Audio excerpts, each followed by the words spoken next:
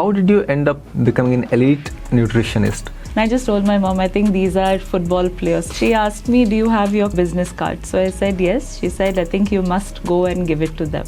I said no. You trained Delhi Capitals. So I did go through an interview process, be connected with Delhi Capitals. Like cricketers and hockey players, what are the common mistakes they are doing? They go for their practice or training on an empty stomach.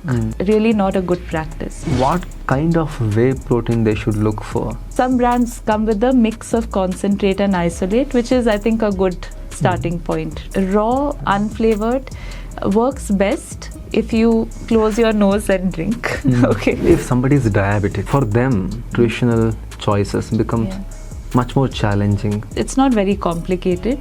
Okay, just requires some thought and planning around your food. Diet of Donald Trump, US President. Have you seen that news article? No, I haven't. Trump consumes up to 12 cans of Diet Coke a day. We don't know if he's really healthy or not. Are they really diet friendly? They label it as Diet Coke, Diet Pepsi. A lot of these diet foods, like I like to stay away from the word diet. The first 3 letters of that word are not good. Hi Shona, good morning. Hi, good morning. How are you? Very well, thanks. I hope it was not much hassle to reach here in Bangalore traffic early in the morning. It's always a little bit of a hassle, but it was good. I was looking forward to this interview. Okay. Yeah. We were also, we gone through your profile. It's very impressive. How it all started? You born in Mangaluru, Karnataka. Yes. Raised in Middle East, and you studied in Loughborough, United Kingdom. Yes. And you went on to train elite athletes of Indian sports diaspora. Yeah. You trained, or you helped get healthier for Indian cricket players like Shardul, Thakur. Yes. You trained Indian hockey players. You helped them get good nutritious diet. What is the journey? I'll rewind a little bit. So I did my schooling in the Middle East in Riyadh, and at that point I used to play professional badminton. I used to represent my school and everything. But there was one point when I was in 8th standard, I went to the US for a holiday. My parents sent me for 3 months, and at that time I realized I wasn't very interested in malls and all of that, but I was very impressed by the grocery stores over there. They were huge. There were so many things I never saw in my, where I grew up, like so many different types of milk and curd, and there were eggs in a Tetra pack. So egg whites, liquid, and all of that. So I was very interested in all of that. So I used to love going grocery shopping. And so I understood that I had an interest for food and, nutrition. And then when it was time to pick up my subjects in PU, there was nutrition as one of the BSc courses. So I went for it. I didn't think much at that time that I wanted to do nutrition, but along with nutrition there was chemistry, zoology. So I said, it was done in Middle East or UK? No, this was in Bangalore, in Mount Carmel College for PU. From Middle East you came back to Bangalore to study BSc? Yes. I did. I came back to study PU. So 11th and 12th I did here. And then after that I continued in Mount Carmel College for my BSc. So 5 years in Mount Carmel. So for BSc I took up nutrition. And then I did another year in Manipal in a diploma in dietetics. And then I went on to study my master's in sports nutrition in Loughborough. MSc? Yeah, my MSc. Yeah, so I like meeting people. I liked food. And I want to do something that gives back to the community, something that makes me feel like I've done something good at the end of the day to help people. So I think nutrition came naturally then. When I realized that I like all these things, then I didn't have to think much to take up like sports nutrition. Yeah. Now many people may think she's born in Karnataka, Mangaluru. How come she doesn't understand or know Kannada? Why she is not talking in Kannada? So you can clarify that a bit. Yeah, so ನನ್ನ ಮಾತೃಭಾಷೆ Konkani. Right, and ರಿಯಾದ್ನಲ್ಲಿ ಅಷ್ಟು ಕನ್ನಡ ಮಾತಾಡಲಿಕ್ಕೆ chance ಸಿಗಲಿಲ್ಲ. So ನನಗೆ ಅರ್ಥ ಆಗ್ತದೆ, ಸ್ವಲ್ಪ ಈ ಥರ ಮಾತಾಡಲಿಕ್ಕೆ ಆಗುತ್ತೆ, ಮಾತ್ರ ಫ್ಲೂಯೆನ್ಸಿ ಇಲ್ಲ. ಸೊ ಐ ಥಿಂಕ್ ಪಾಡ್ಕಾಸ್ಟ್ನಲ್ಲಿ ಸ್ವಲ್ಪ ನಾನು ಮಾತಾಡ್ತೇನೆ, ಮಾತ್ರ understand I can really explain well in English. ಅಂದರೆ ಅವ್ರು ಏನು ಹೇಳ್ತಿದ್ದಾರೆ ಅಂದರೆ ಸ್ನೇಹಿತರೆ, ಅವರು ಒಂದು ಸಬ್ಜೆಕ್ಟ್ನ ಎಕ್ಸ್ಪರ್ಟ್ ಅಲ್ವಾ, ಅವರು she is an expert of A particular subject. ಅದರ ಡೆಪ್ತ್ ಆಚೆ ಬರಬೇಕು ಅಂತ ಹೇಳಿದ್ರೆ ಅವರು ತುಂಬ ಕಂಫರ್ಟಬಲ್ ಇರೋ ಲ್ಯಾಂಗ್ವೇಜ್ನಲ್ಲೇ ಅವ್ರು ಹೇಳಬೇಕಾಗತ್ತೆ ಅನ್ನೋ ಕಾರಣಕ್ಕೋಸ್ಕರ ಇದನ್ನು ಇಂಗ್ಲೀಷ್ನಲ್ಲೇ ಶೂಟ್ ಮಾಡಿ ನಿಮಗೆ ಕನ್ನಡ ಟ್ರಾನ್ಸ್ಕ್ರಿಪ್ಷನನ್ನು ಕೊಡುವಂಥ ಪ್ರಯತ್ನವನ್ನು ನಾವು ಮಾಡ್ತಾ ಇದ್ದೀವಿ. Okay, after completing your studies, how did you end up becoming an elite nutritionist who helped elite athletes in India? So it's there's one story that I have to tell you. So my mom, when we were shopping together, we saw a group of football athletes, sitting there, and they were having donuts and coffee. And I just told my mom, I think these are football players. So we finished our shopping, and then on the way out, she asked me, do you have your business card? So I said yes. She said, I think you must go and give it to them. I said, no, how will it look and all of that. She said, no, you never know what happens. And actually that's how it started. Okay. So I went and gave my card to one of the foreigners. Which team it was? It was Bangalore Football Club.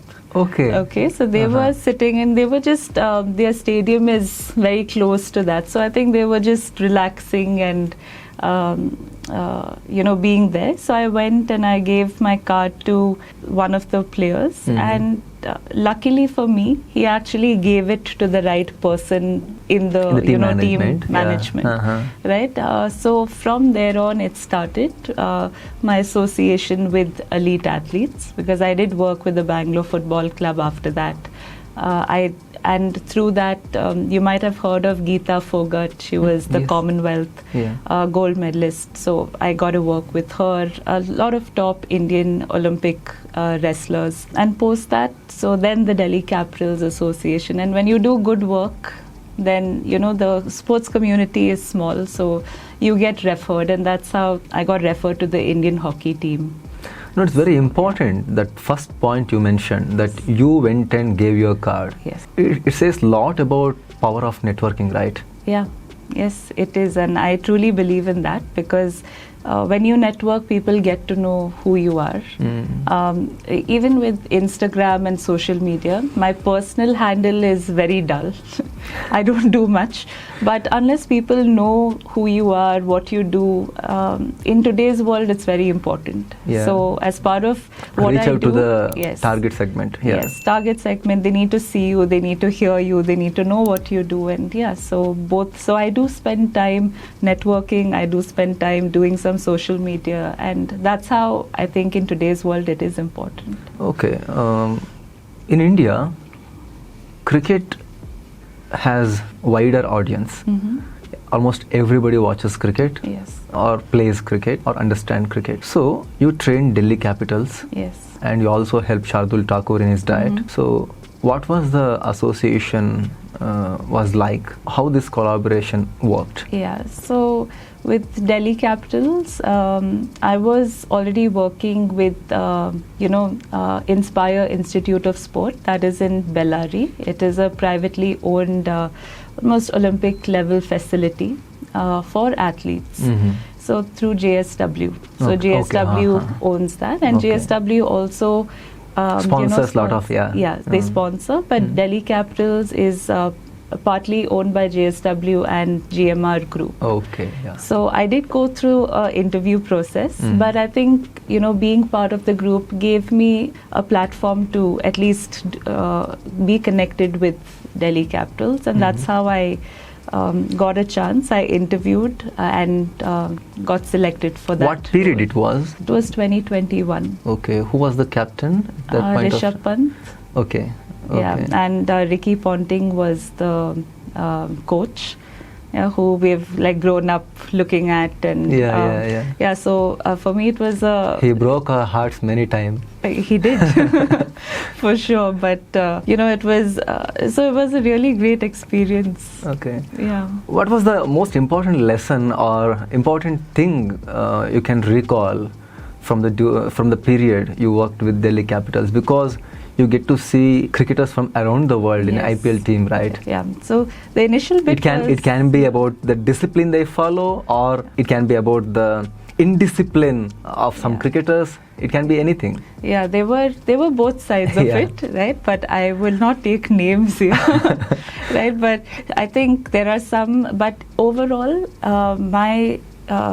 what I found in Delhi Capitals was they're a very professional team, and also the players at that point, like they were all very disciplined. Like I hardly found players who were not disciplined, right? So as a team, it was good to see like a routine being set, and I think amongst everybody, Shikhar Dhawan was sure the most disciplined of the lot. Okay.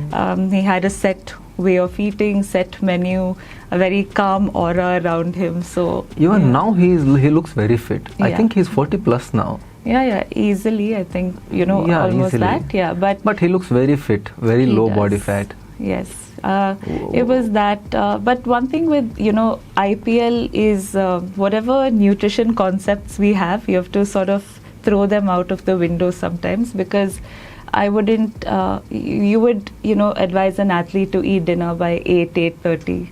But here you're eating dinner at 12 o'clock, 1 o'clock. Because they would be playing on the field, right? Yes, at 8, 7, 9, 10. Yeah, from 7:38 it starts, and then for sure till 11:30, and after that there's like post-match presentation. Presentation. Then they're in the dressing room, they're doing that bit. So by the time we used to reach our rooms, it was 2 o'clock in the night, in the morning, and then we're eating something quick, small. So yes, within that you have to sometimes understand also as a nutritionist, whatever you learn in your college and degree, that is there, but practically there are very different situations. There are modifications. Yes. Have to be, right? Yeah, you can't be rigid about something. Okay. There are modifications, and yes, you go with the you go with the flow. Okay, I think in a cricket team, including bench strength, extra players, I think 15-20 people will be there, or 25 in IPL team? Yes, around 25. 25 people will be there.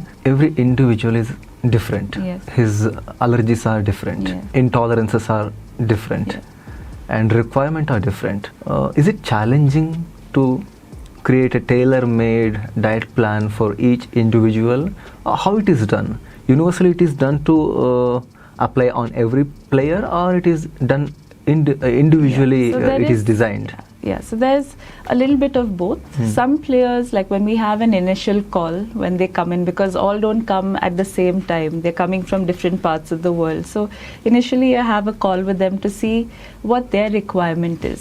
See, they're all adult athletes. They've been playing for a long time, so they're not new to nutrition, and they're all professional, right?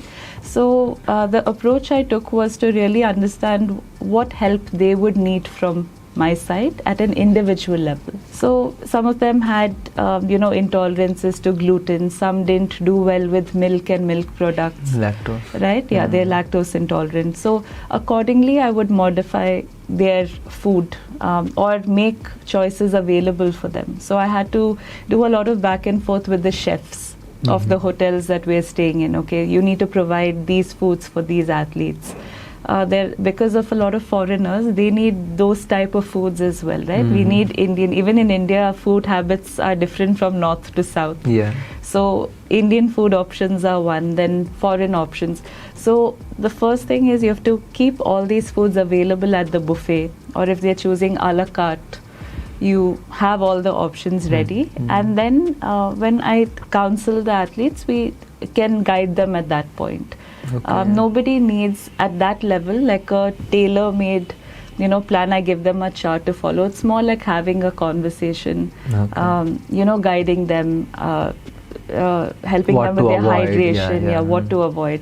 When I work with younger athletes, like between the age group of 13 to 18. Okay, Yes, they okay. need a proper chart because Yeah. they can't think for themselves as much, right? So they will follow something that we give them in a individualized manner. And they're still growing. Yeah, they're still growing. So yes, their appetites are quite high. Yeah, yeah. Yes.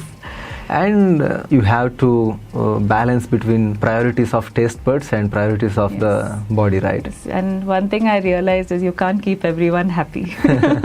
It is difficult, but it's something that you kind of, if you explain why they're doing certain things, why we've suggested, then they're more receptive.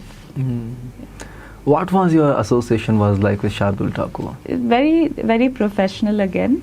He is someone that is proactive. He, wants to know what is actually good for them. It's not the other way around where I have to, keep reminding and things. So he's already, proactive. Just needed very different approaches. Like cricket, though the sport is not very intense, right, compared to hockey.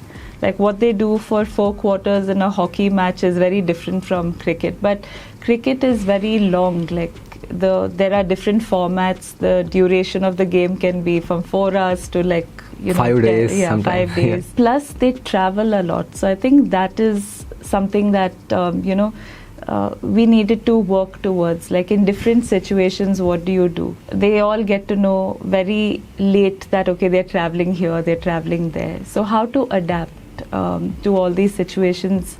You're 3 days at home, then you're in some other city, then you're international. So with Shardul, it was helping him tweak these things. Like at an overall level, he knows what needs to be done, but specifically to that country, this country. And I think what sometimes they really need our help is they don't want to think, they want to outsource that. Okay. Right? Like they already have so much to take think on, about. Now they don't want to give instructions to their cook, make this for me, make. If they have a chart, then they say, okay, follow it. So, so in that way it was, it was good. What was the main difference between food preferences of Indian athletes compared to athletes from abroad, like Australia, England? Yeah. So here we do like our spice, right? We like a lot of variety. But with the foreign athletes, they don't have so much of a variety issue. They can eat like very less spice and all of that, which suits a lot of athletes, actually. Spicy food doesn't work well with their bodies, and also we live in a hot climate most of the year. So with the foreign athletes, their foods are very basic. Like maybe they have 10-15 foods that they eat throughout the year, and they keep choosing foods from the same list. With Indian athletes, I find like there are so many different types of foods, a lot of homely preparations that their mums make and all of that, which they want to include. And also I think the awareness for foreign athletes starts much earlier.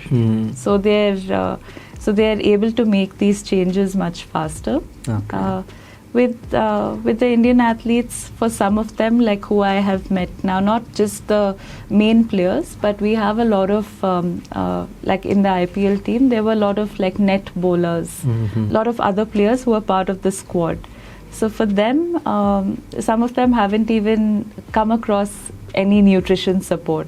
Okay. So changing those, so they're eating based on their hunger. They're eating what's in front of them, what they like. A lot of eating is done by their taste buds, not really thinking and understanding, okay, is this good for me or not? And also, not particularly to IPL, but generally sports in India has lots of athletes are from the lower socioeconomic backgrounds, where they don't even get to eat 3 meals a day. Exactly. Right? That's come what from I was thinking, background.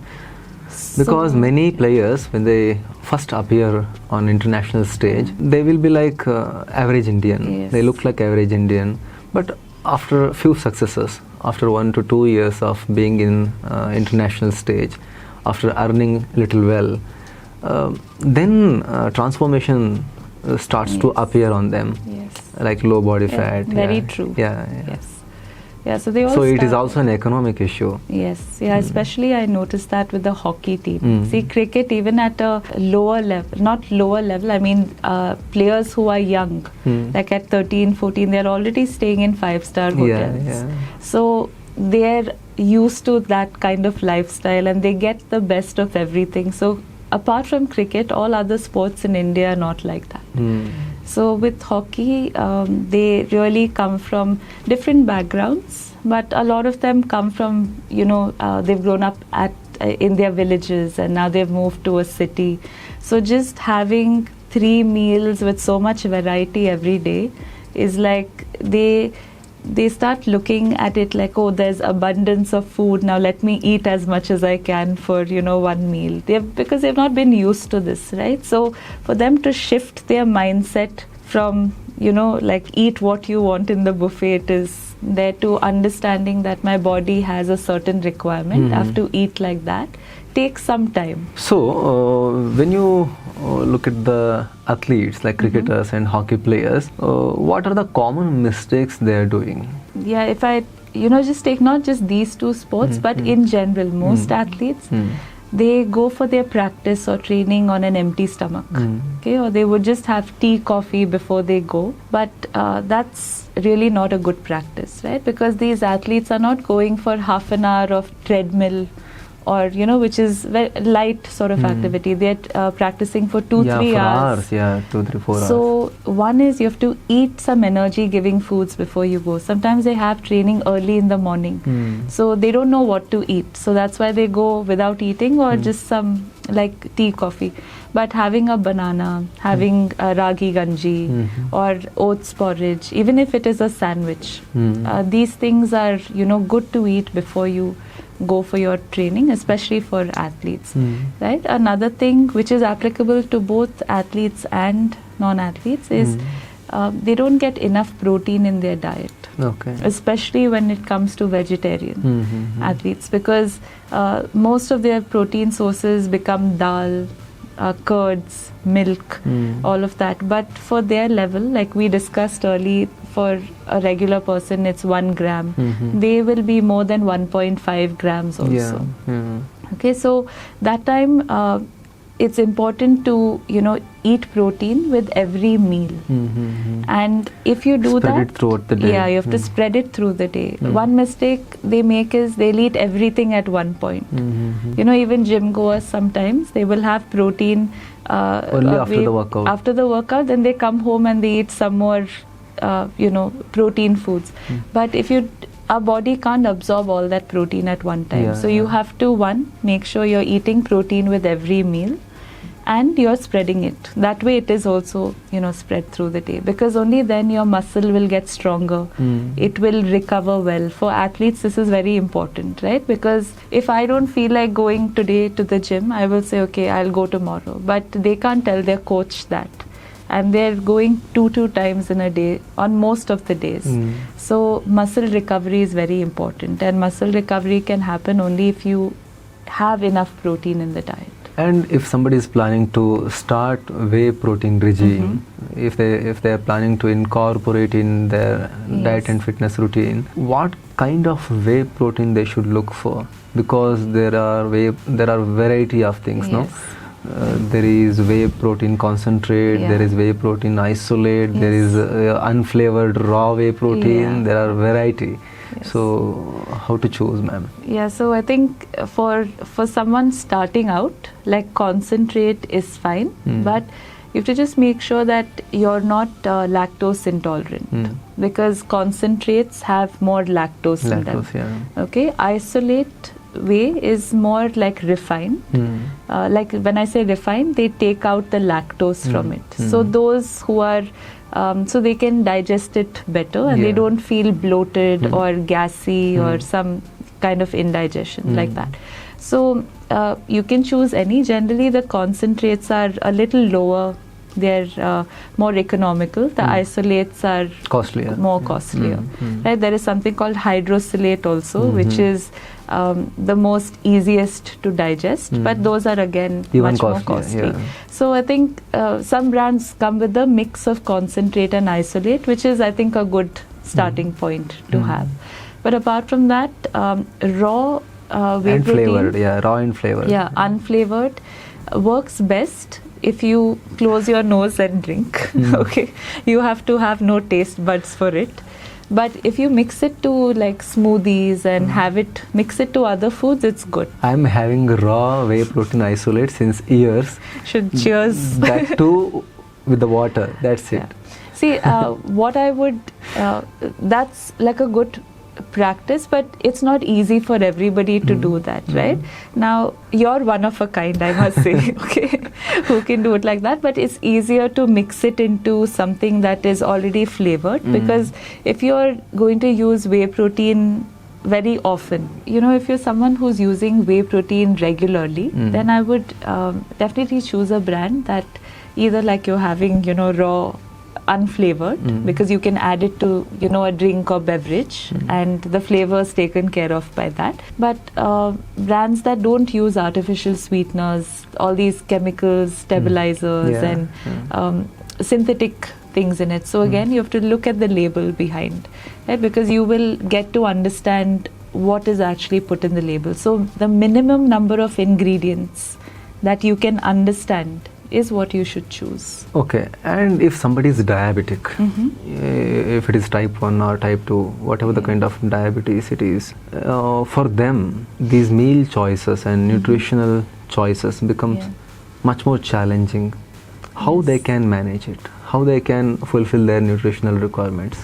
Yeah, it's not very complicated. Okay, just requires some thought and planning around, and planning around your food. The first thing is avoid eating all these white color, foods, which are white rice, sugar, maida. These are some of the worst things for diabetes. So eating more brown color, grains, which can be ragi, it can be jawar, it can be brown rice, even this Kerala rice, right? All of these millets are good options to switch. So change the white to brown. Now, just because you change it doesn't mean the quantity also remains the same.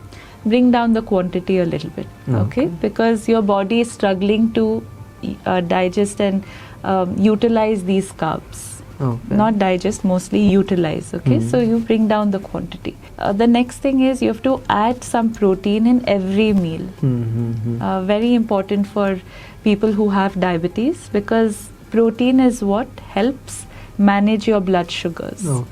So if you eat protein in your meal, the sugars do not raise up.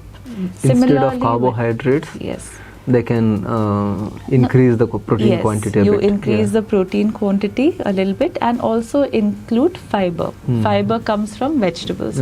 So protein and fibers help to manage the blood sugars well. Okay, so those are important. When we were having conversation about diet differences in Indian athletes and foreign athletes, it reminded me about diet of Donald Trump, US President. Have you seen that news article? No, I haven't. Let me tell you his diet. I want to see your reaction for that. I won't be surprised though with anything that Donald Trump does. It went on to become very viral all around the world. Oh, really? Yeah. Let me read a sentence here. Okay. According to former campaign advisors Corey Lewandowski and David Bossie, the President of America, Donald Trump's private plane was stocked with what they called the 4 major food groups. What are they? McDonald's, KFC, Kentucky Fried Chicken, pizza, and Diet Coke. Trump consumes up to 12 cans of Diet Coke a day. Wow. And so being a nutritionist,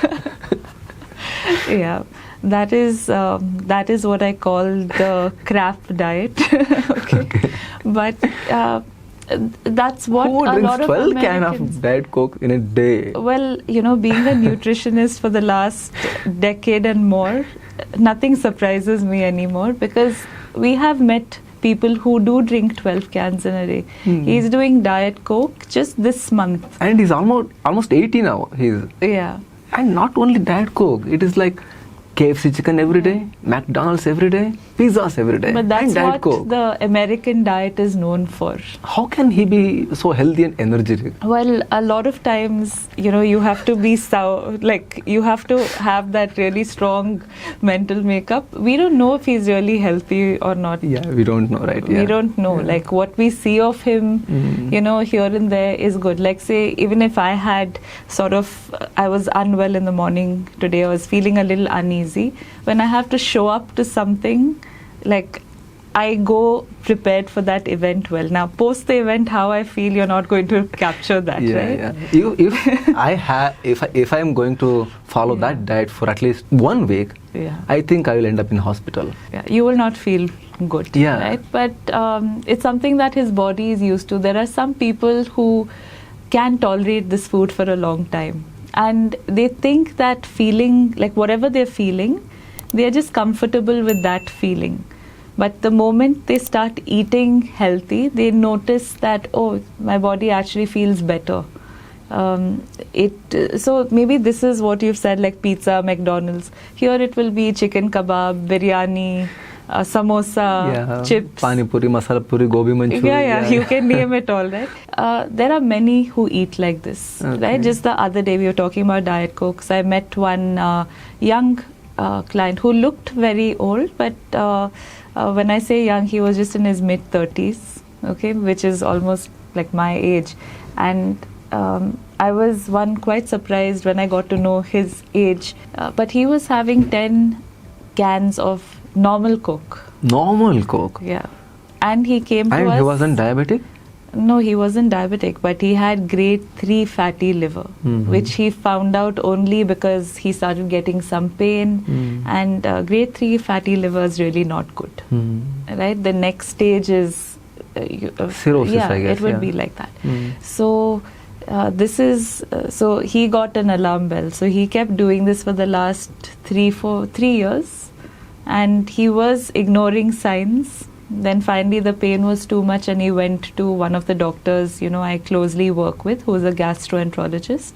And that's how he got to know that he had stage 3 liver. Now he's willing to eat like anything. He doesn't have a choice also, right? It's now by force of his health parameters, he has to follow good diet. Yeah. And are they really diet friendly? They label it as Diet Coke, Diet Pepsi, so and so, zero sugar. Are they really okay? Because there might not be actual sugar, but they add some artificial sweeteners like like there's sucralose and aspartame, all of these. Yeah, it's a very good question. So a lot of these diet foods, like I like to stay away from the word diet, right? Like the first 3 letters of that word are not good. My company has the word diet in it, but diet means what you eat. That's the term, but it's used in a very different way, right? So all these drinks or food items, when they say diet, they're modifying the food a little bit. So if you now, for example, all these aerated beverages, the Diet Cokes and all of that, these artificial sweeteners are not good for the body because they mess your gut bacteria. Your digestion and all of that starts to get worse. So over time they're not good for your gut health. And also these sugars, these artificial sweeteners, they can still trigger the response of insulin, which is not good. If insulin keeps getting raised in the body every time, it's not a good thing. So sugars cause it, but even artificial sweeteners can cause that. I read about it somewhere.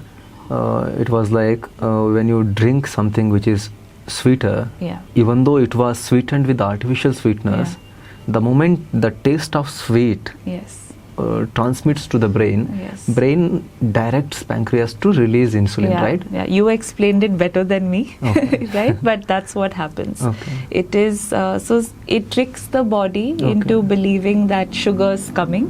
So the similar response happens. Okay. Maybe not as much as drinking a fully sugar beverage, but if you keep doing this over and over again, then it ultimately will have a very similar effect.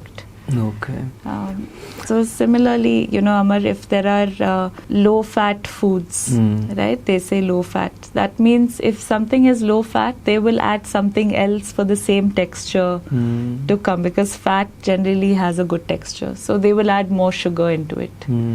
If it is low sugar, then they will add something else, like the sweetener or more fats into it. And generally, these commercial products, they don't include good fats in it. Now there is a new trend which is gaining popularity. It is like we are not adding sugar.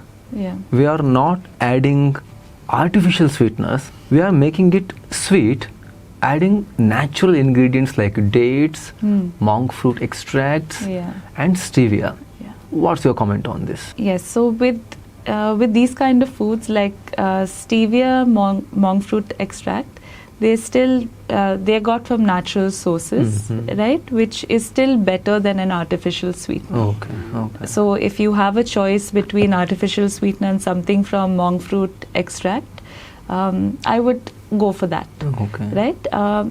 But when it comes to dates, jaggery, honey, all these natural sweeteners, you have to understand that it has the same effect like sugar would have in the body. Yeah. So it doesn't mean that you eat more of these foods. So that reminds me, when I was doing a presentation at this corporate, we took a tea break in between. So when I went inside to get myself a glass of water, I was just noticing how much sugar people are adding to their tea and coffee, right? But there was one group that was actually talking, and I was, just listening. They were saying, no, it's jaggery, so it's okay. I can add 2 spoons of jaggery, right? Because jaggery is healthy for the body. But it's not that. Though jaggery is slightly healthier because it's it is not refined. Yeah. That's all, right? But you have to really get the minerals that jaggery has, you have to eat like at least half a kg of jaggery, which really doesn't make sense. Yeah. So it's not refined, but otherwise it's the same. So just like how you have different types of bananas, they all have different flavors, texture a little bit. Similarly, honey, sugar, coconut sugar, all these different ones are just different flavor profiles. You have to think of it like that. And madam, India is becoming diabetes capital. It has already, right?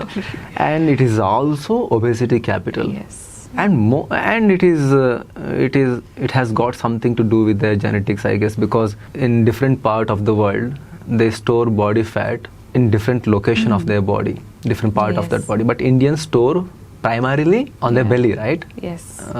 So almost every average Indian looks obese, or they have a pot belly. Yeah, pot belly. So if a person who is at around 25-26% or 30% of body fat, if he or she want to become very fit, look fit, around 16 to 20% of body fat, what would you recommend? How much percentage it is in diet and how much percentage it is in their fitness routine? How to combine both? Okay. So first, since we're talking about body fat, like men and women have a different range for body fat. Okay, so generally for females men, need slightly higher body fat. That's the way our bodies are. We need more body fat, so that's between 20 to 30. Okay. We need. Okay, for a healthy female, and for a healthy 20 male, to 30 it is. Yes. Okay. Yes. And 10 to 20 is for healthy males. So that's a range. So if you want to, bring down your body fat, then definitely, eating plays a very big role, because we have athletes also sometimes who come to us with a higher body fat. Right? They're practicing for 3-4 hours in a day. So how can they have high body fat? And we have a lot of other gym goers, recreational, people who do come to us with a higher body fat, but these are already doing 1-2 hours every day. So exercise is one thing. It is important to bring down fat. I don't say it is only, food alone, but what you eat plays a much bigger role in that. But it's not only that. Okay, if I say it's only food, you do it entirely through food, no need to exercise, which most people are happy, not to do. It's not like that. So what you eat really matters. Okay, that's why I think every gym has that line, that slogan, abs are made in kitchen. Yeah, in the kitchen. Yeah. But on the other hand, there are very few people who are eating well, but they're not exercising at all. They're not moving. So they also will tend to have a higher body fat. So you can't say that, okay, you only focus on reducing your food more, reducing fat. That will not help them. Okay, so you need to move. Our bodies are designed to move. Yeah, right? to move. Yeah, in whatever form. Even if I had one client long back early on in my career, and she really didn't like to exercise. She's getting married, so she was motivated to lose her fat and weight, but she didn't like to exercise.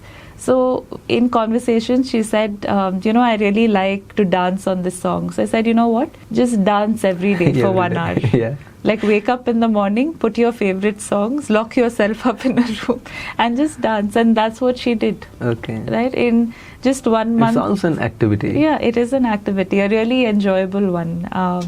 I'm thinking for myself now that I have a 8-month-old baby boy. Okay. So I just feel finally, that I can get back to some form of exercise, and I think I'm going to start with some sort of dance because it's very stress relieving. Yeah. It's something that I would enjoy, and I think with any activity, if you want to make it part of your lifestyle, you have to enjoy it. It should be enjoyable. Only then it will become consistent. So that's the plan I have for myself. In Atomic Habits book, James Clear also mentions this. Make it attractive. Yes. Make it easy. These are the first 2 steps.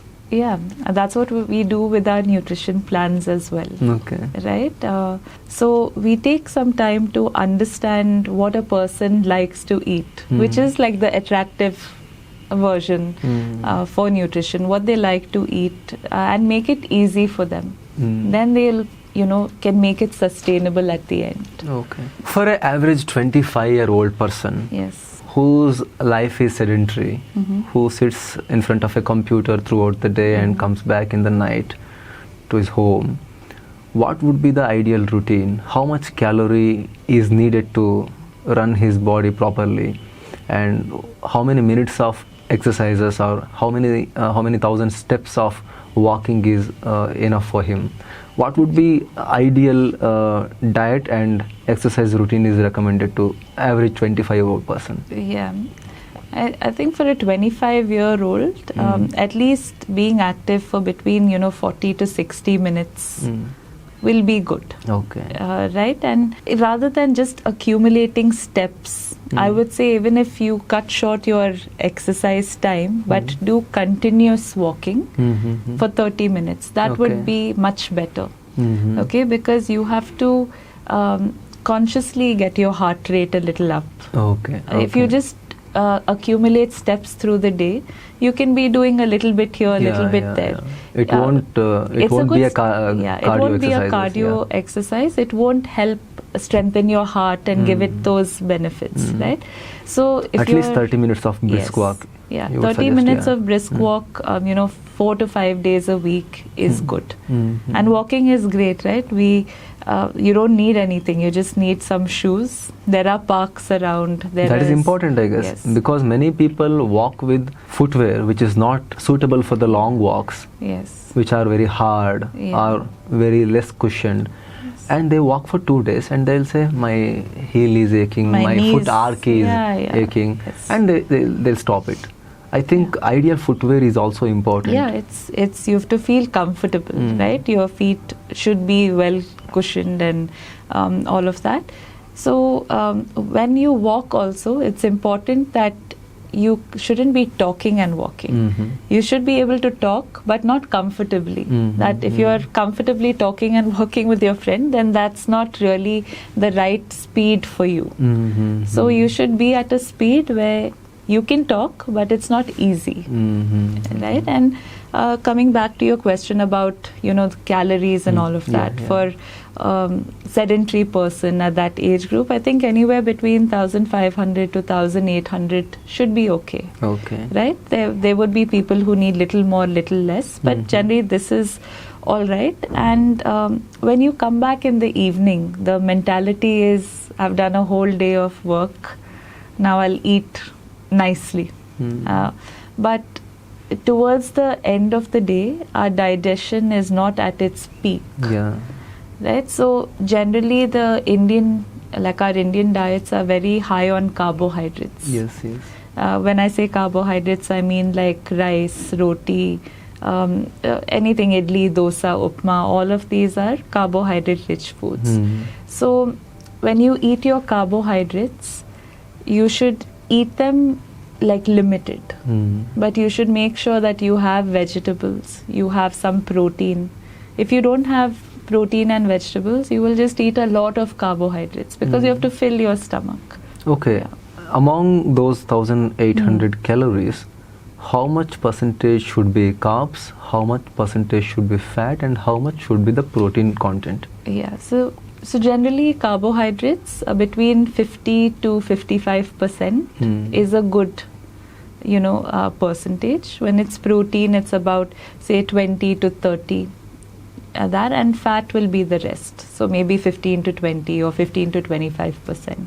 Okay, next, in these three categories also, can we optimize, like when it comes to fat, we have heard about good fat, bad fat.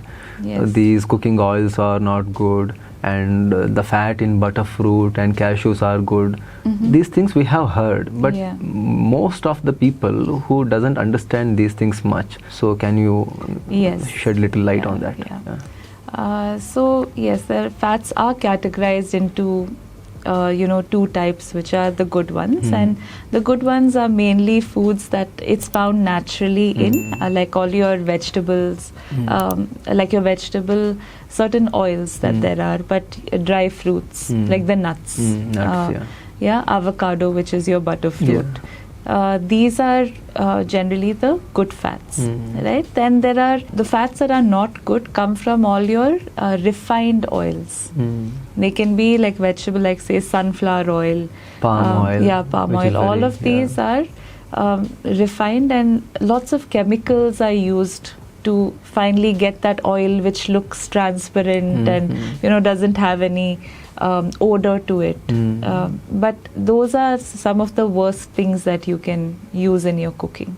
Okay, all these like sunflower, though it says heart healthy and all of that, I don't know how they can, it's not regulated very well, so you can have any advertisement, but those are quite bad. And also fats that you get from eating, like say again in your chips, in your cakes, in your biscuits, they use oil, so all of that will be refined. And a lot of times red meat, if you're consuming a lot of red meat, which is like mutton, pork, it could be beef in some cases, so all of these are not very good for your body. Okay, those fats, those have a lot of saturated fats which will raise the cholesterol. So if somebody wants to eat meat, chicken would be fine, skinless chicken? Skinless chicken, fish is a really good source of good fats, but if you deep fry it, that's not going to be, so even chicken, if you're eating chicken kebab, that's not the best way of eating it. But sometimes so making them in curries are a better boiled cooked is fine. Like that. And when it comes to red meat, maybe once or twice a week. Again, it really depends on your genetic predisposition, right? If in the family you all have a history of cardiovascular diseases, or heart attacks, high cholesterol, then those better should to be avoid. Better to avoid. Similarly, over here among vegetarians, paneer is the most favorite, right? And it's So though it has some protein, the fat content is also really high. Yes. So even that I would minimize it, because it's not good to rely on paneer all the time if you're a vegetarian. There's tofu they call it soya paneer. So mix and match of that. And nowadays there is a lot of hype about protein consumption, how much you should consume, from which source you should consume, should you consume whey protein or not, should you go all natural and try to get all the protein requirement from the your main diet itself, other than these supplements. Yes. What is the ideal method there? Is whey protein safe? Can can an individual who is going to gym and working out for 1.5 hours does really need this like kind of whey outside protein source of proteins? Yeah.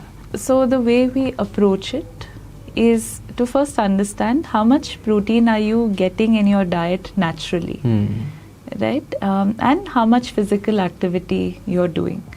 So naturally, if you're eating eggs, you're eating non-veg, you're not lactose intolerant, so you can have curds, Greek yogurt, milk, all of these things.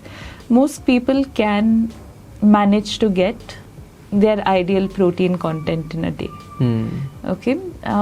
If you're not able to eat these foods, like a lot of Indians, they eat non-veg only on Sunday, Wednesday, they're fasting, or they avoid non-veg on say Monday, Tuesday, Thursday, these days they don't eat. But if you're still physically active on those days, then it would be good to complement or supplement your diet with a protein supplement. Okay. Because you need protein every day. It's not that on Monday I ate all my protein, so that's good. On Tuesday I don't need it. So proteins are required by the body every day, and a sedentary person who's not, their work just involves sitting on the desk and doing things, requires at least 1 gram of protein per kg body weight every day. Okay. So currently, if my weight is around 65, I need 65 grams of protein every day. Okay. Okay, this is for a sedentary person. Yes. If a person is going to gym and he's working out for 1 to 1.5 hours, so slightly I think equation more will change. Yes, slightly more. So instead of 1 gram, it would be between 1.2 to 1.5. Okay. Okay, so so for a person looking at say building their body, okay, growing their muscle, or having wants to strengthen their muscle, if you're say if you're working out late in the evening and you're coming home and having dinner, and your dinner has something non-vegetarian in it. Now by like that I mean eggs or chicken. If you eat that, it's okay. You don't really need a supplement. Okay. If you're doing like moderate level exercise, if you're doing hardcore body building, or you really want to improve your muscle, then maybe some whey protein after your gym would be okay. But for a regular person, they can get it through their natural foods. Okay.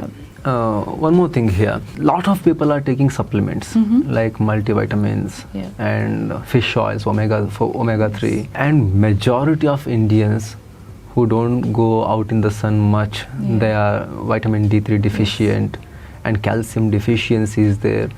So if you can list out 3 to 4 top supplements like these, what are those essential supplements and why? I think one that you said is definitely omega-3. We do not get a lot of good fats in our diet. So you get now even vegetarian omega-3s. Here I'm not talking about flaxseed oil. I'm talking about those that you get from algae. So that omega-3. So that would be one. For vegetarians? Yes, for vegetarians, but omega-3 in general. Vitamin D, because but they can also take fish oil if they can. If they are comfortable. Some vegetarians don't mind taking a supplement from a non-vegetarian source. Okay, so if you're comfortable, then fish oil is much more superior. I would say before recommending any supplements though, we need to do a blood test, because only then you will know which supplement you really need. Because in India there's a lot of iron deficiency also, not only among women, but also among men. Okay, so iron supplement will be then, required if you have that. And you can't overdose on iron because it can become toxic. So you need to check your blood level. Similarly for vitamin D, generally most of the reports come as low vitamin D, right? But you have to know how low you are, whether you're like severely deficient or just below the normal. So accordingly your supplementation will vary, right? But without having to do a blood test, if you're looking at some supplement, then maybe omega-3, magnesium, we don't get too much magnesium from our diet. So that's something that helps with overall energy levels, to de-stress the body, to sleep well. That could be a supplement that you can, include. But for the rest of it, it's better to always, check and then take a call. To consult your nutrition and make if you're really, plan. really not into eating fruits and vegetables, then maybe vitamin C also. Okay, because otherwise it's available in a lot of foods, but there are some who just don't want to eat any of these, so that becomes a shortcut. But always opting to eat them whole gives you a lot of other benefits, but otherwise it would be these three. And this thing about intermittent fasting, lot of people are following it in different ways. Some people are doing 12-hour eating window, 12-hour fasting window, and many people doing like 8-hour eating window, and few people are doing even extreme, like I eat only one meal a day. Recently Bengaluru Police Commissioner, he was here for the podcast, he told us since almost a decade he is having only one meal, that is in the night. So what is your take on intermittent fasting, ma'am? Well, intermittent fasting, if you follow it for the right reasons, it's good. Most of the people who I come across follow it because they can eat anything in that window. They feel that because they are restricting their food only to 8 hours or 10 hours, I will eat again like a Donald Trump diet. Okay, a lot of them do that, which is not the right approach to it. Okay, so but otherwise if you intermittent fast, it is actually, there are a lot of benefits and it gives your body some rest. Okay, otherwise you think like your body, you're constantly giving it food. Okay, you've eaten breakfast, your mood is not okay, so you go and buy something, you're feeling hungry later, so another food. You're constantly eating through the day, your body is taxed, it's overworked. Okay, like it's like tumba kelasa for the body to digest food, and that makes it slow, it makes it become lethargic. So intermittent fasting is okay when you really want to give your body a rest, and you have to follow the right way of doing intermittent fasting is generally eat in the morning and eat during sunset. Before sunset? Yeah, before sunset. Okay.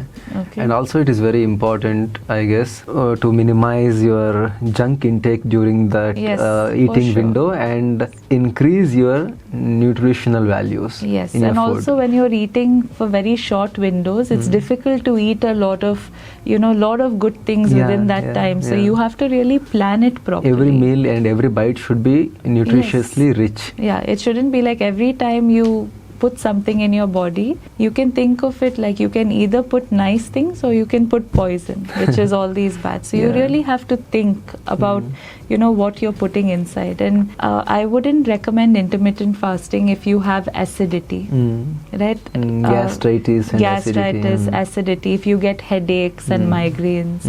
If you want to go through that route of intermittent fasting, make it a lifestyle change, not something you do for 2-3 months and then stop. So start with a bigger eating window, and then depending on your comfort level you can keep bringing it down. Okay, but even if somebody is not doing intermittent fasting, one can do this particular thing of, as you said, eating before the sunset. Yes, that thing most people can do except those who are working night shifts. I feel even if they are working at a regular shift, it's very difficult to do that in our Indian work scenario, right? Because no one comes home before 7:38. Traffic is so bad that even if you leave office at 6, very few people stay close to home. And so we spend a lot of that time, which is ideal to eat, on the road. Yes.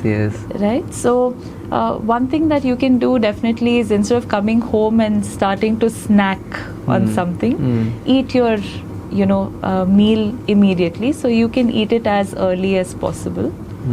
Start with that. And what I would also recommend, so that this can be possible, is when you're in the car or when you're traveling back, carry some snack with you, because then you will not come home. Be healthy. Yeah, which can be healthy, of course. Talking to a nutritionist. Yeah. So something like, it can be fruits, it can be dry fruits, these energy bars, lots of things like that can be carried. There also one has to look out for the ingredients list. Yes, you should always look out for the ingredients list, right? Yeah. To a lot of corporates, we do talks that teach them how to read the nutrition label. Because it's very important. What you see in the front is not important.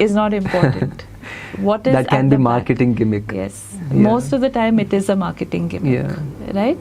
So a lot of these new companies, now they've started to put their nutrition label in the front. Yeah, that we are transparent. Yeah, that we're transparent, so that you see, because very few people turn and read, and even if they turn it, they need to know what to look for. Yeah. Right? So so reading the labels is very important. Like, I really love this subject I chose as my career because it's very practical.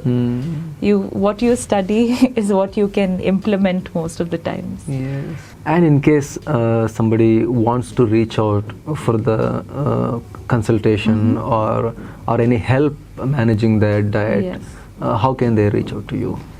We're available we have a website through which you can, send us, contact us information, and then also on social media. We're there on Instagram, but I think Instagram, website, on Google we have our number. So you can reach out. We will display your website and social media accounts on screen, so that if anybody wants to reach out to you, they can directly reach out to you. Yes, surely. Shona, thank you so much. It was very insightful conversation. I think we covered a whole lot of issues concerning diet and fitness and nutrition.